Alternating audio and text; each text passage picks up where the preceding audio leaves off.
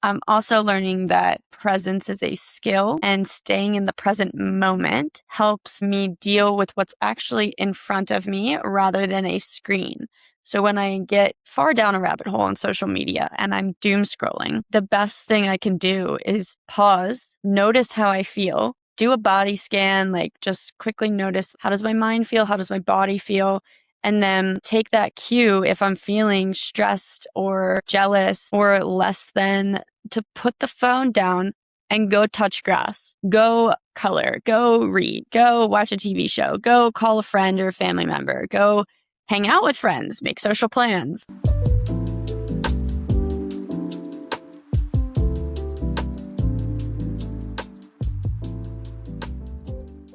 Hey everyone, welcome to The Naked Truth with Lauren Season 2. Welcome back if you're a Season 1 listener, and welcome for the first time if you're tuning in for the first time. We are going to be talking all about the messy realities of navigating your 20s this season, and I am promising you real, stripped-down conversations about work, friendship, dating, self-worth, and the growing pains that no one warns you about at this age. Hopefully, you will feel a little less alone after listening. I'm your host, Lauren, a 29-year-old professional living in DC, passionate about creating spaces for open conversations and building genuine community. And I am so glad you're here. Thank you so much to our Season 2 podcast sponsors, Kelly Miller, Marika and Batman Pierce, Pauline Shu, and Jenny Porter. I couldn't do this without you. Well, it happened again. I caught myself doing it. 10 p.m., lights are off. Last night, I'm 10 weeks deep into the Instagram feed of a girl I haven't spoken to since like 2015. And I'm wondering why her apartment looks like a Pinterest board and mine has all these dishes piled up in the sink. Does that sound familiar? You're not alone. Our brains are literally wired to compare ourselves to that girl from college or high school who seems to have it all. There's this thing called the social comparison theory. And according to Psychology Today, I looked this up. It's the natural human tendency to determine our own social and personal worth based on how we stack up against others. This theory was developed in 1954 by a psychologist named Leon Festinger. And so our brains are literally wired to compare ourselves to others. And it's not always the best for our mental health or our state of mind. I'm going to share a specific story recently where comparison stole my joy, straight up. Recently, I saw a lot of other local DMV creators get invited to a new cafe opening in DC, and they were sharing content from it. And while I loved the content, I think the content is excellent, I felt this like ping of jealousy while I'm out here trying really hard to build out my content creation offering as a part of my larger business. And there was just an undeniable underlying feeling of jealousy, as well as being proud and excited for these creators who I know personally. Two things can be true at once. I wished I had the same opportunity, and I was also excited for them to have had this amazing opportunity. And so on the envy, on the jealousy side, the physical feeling, I felt this hit in my stomach, and I felt this like not enoughness feeling.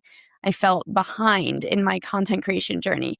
I felt like, oh shoot, I need to go to this new cafe ASAP and film content and promote it. Like I'm not doing enough. But that's not the truth. Like I'm on a different path and I'm doing other things with my content. But the reality is, despite being a goal getter and a business owner and a coach, I still struggle with this, as I think everyone does. And especially with social media, it makes it really easy to compare our lives to others. But we need to remember that social media is a highlight reel, and people primarily only show what they're proud of and the really aesthetically pleasing versions of their lives. For example, from like my perspective, I posted cool pictures and videos from my trip to Florida and snowboarding at WISP in January of this year.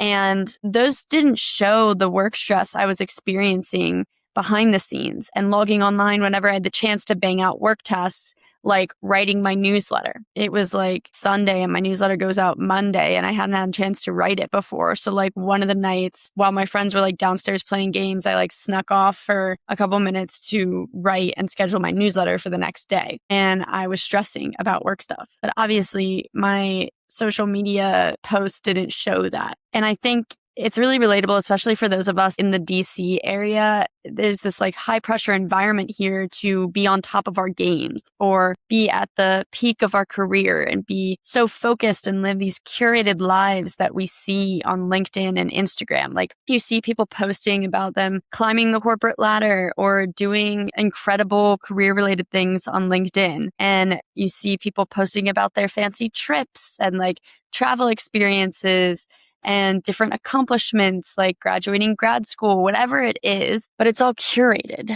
and it's not all real and it doesn't show that behind the scenes messiness, you know? So we got to take it with a grain of salt. Okay, I actually hate sweating when I sleep and I'm a hot sleeper. Cozy Earth solved this problem with its bamboo sheet set, which provides cooling comfort and unparalleled softness. And I got you 21% off. Just use my code TRUTH at checkout at cozyearth.com. If you use code TRUTH, TRUTH, you'll get 21% off. And if you forget, use the link in the show notes for all the details. Apparently, Oprah has included Cozy Earth on her favorite things list for 7 consecutive years, so you know it's got to be good. More Lab's Morning Recovery is the #1 alcohol recovery supplement that helps you wake up clear-headed and refreshed. It comes in handy whether you've had a late night out, a long work day, or just need a boost. Their clinically proven formula is powered by DHM, which is a plant-based ingredient that helps the liver process toxins efficiently, fights fatigue, and reduces sluggishness. Enjoy 25% off with promo code NAKED at morelabs.com. It's promo code NAKED, NAKED, at morelabs.com for 25% off, or use the link in the show notes. So a few things I learned from this is realizing that someone else's win isn't my loss. I've been working on switching from a scarcity mindset to an abundant mindset and recognizing that there's enough opportunity, success, money, etc. for everyone. I think this is easier said than done because I think especially as women, we are conditioned to have a scarcity mindset and believe that money is scarce, opportunity is scarce, whatever like form of success that we're interested in is scarce. And if one woman has it, like then we can't have it, but that's not true. That's not the way the universe works. Actually, it's the opposite. And I've been trying to unlearn what's in my brain and then relearn the reality and like the law of attraction. And it's actually like, if you see people that you personally know are close to you getting these opportunities, then they're closer to you than you think. By proxy, the opportunity is about to come your way. And you just have to reprogram your mind to think of it that way and attract these opportunities because we live in a world and a universe of abundance. So there's plenty to go around for everyone. Easier said than done, I know. And I'm not always the best at embracing this mindset myself. As I said, it's something that I'm working on. Definitely a work in progress. But another thing that I learned is I am the architect of my feed, of my social media feed. If an account makes me feel less than instead of inspired, I unfollow it. No shame. If an account makes you feel less than instead of inspired, that is a signal, not a failure. It's a signal that you shouldn't be constantly looking at this account, which the algorithm will keep sending you the longer you look and interact with these accounts. It's not a failure on your part. It's literally explained by psychology. And so your brain is wired to compare. Don't be hard on yourself. Don't feel defeated or upset. I mean, feel your feelings. All your feelings are valid, but just know that it's not your fault, I guess is what I'm trying to say. And I'm also learning that presence is a skill and staying in the present moment helps me deal with what's actually in front of me rather than a screen. So when I get far down a rabbit hole on social media and I'm doom scrolling, the best thing I can do is pause, notice how I feel, do a body scan, like just quickly notice how does my mind feel? How does my body feel? And then take that cue if I'm feeling stressed or jealous or less than to put the phone down and go touch grass.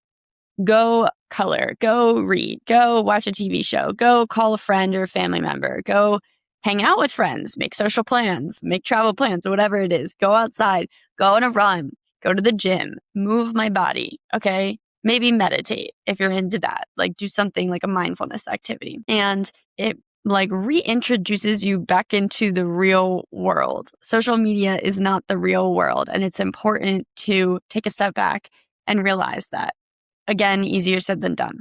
All this to say that we live in a world where we're in a constant state of consumption with like the media and how connected we are and how online we are and how prevalent social media is in our lives. And that's not the way things used to be. And it's not normal. Like our brains weren't wired to handle this much at once. So it's good to take breaks. Like sometimes I'll delete social media altogether, whether that's for like a day or like a week or a couple of weeks, just depending on how I'm feeling and how much of a break I need. And it actually benefits my mental health and like overall well-being a lot. So this is your reminder if you need to do that. You might be overdue for a break, and try to be as honest with yourself as possible. I'll leave you with a small doable action for this week. I'm going to call it the mute and unfollow audit. So right now, as you're listening to this, I want you to open your Instagram, look at your following list right now, the people, the accounts that you're following. Scroll through the first like 20 names under your following list. If a name you see brings up a feeling of dread or jealousy or just makes you feel like you're not doing enough, hit mute or unfollow. You do not owe anyone your attention if it costs you your peace. I'm going to say that again. You do not owe anyone your attention if it costs you your peace. It is not worth it. Protect your peace at all costs. And it's not a bad thing. It's not a personal vendetta against the person if you mute or unfollow them. It's about you. It's more for you than it is for anyone else. And your brain will thank you for doing this. If you did the audit, DM me a check mark so I know you're reclaiming your headspace. You can DM me on Instagram at thenakedtruth.pod and then close out and maybe delete Instagram for like a day or two. I don't know. But yeah, DM me a check mark so I know you're reclaiming your headspace and taking ownership. And remember that you are so much stronger than your insecurities think you are. I'm going to say that again too. You are so much stronger than your insecurities think you are. Remember that. Talk soon, bestie.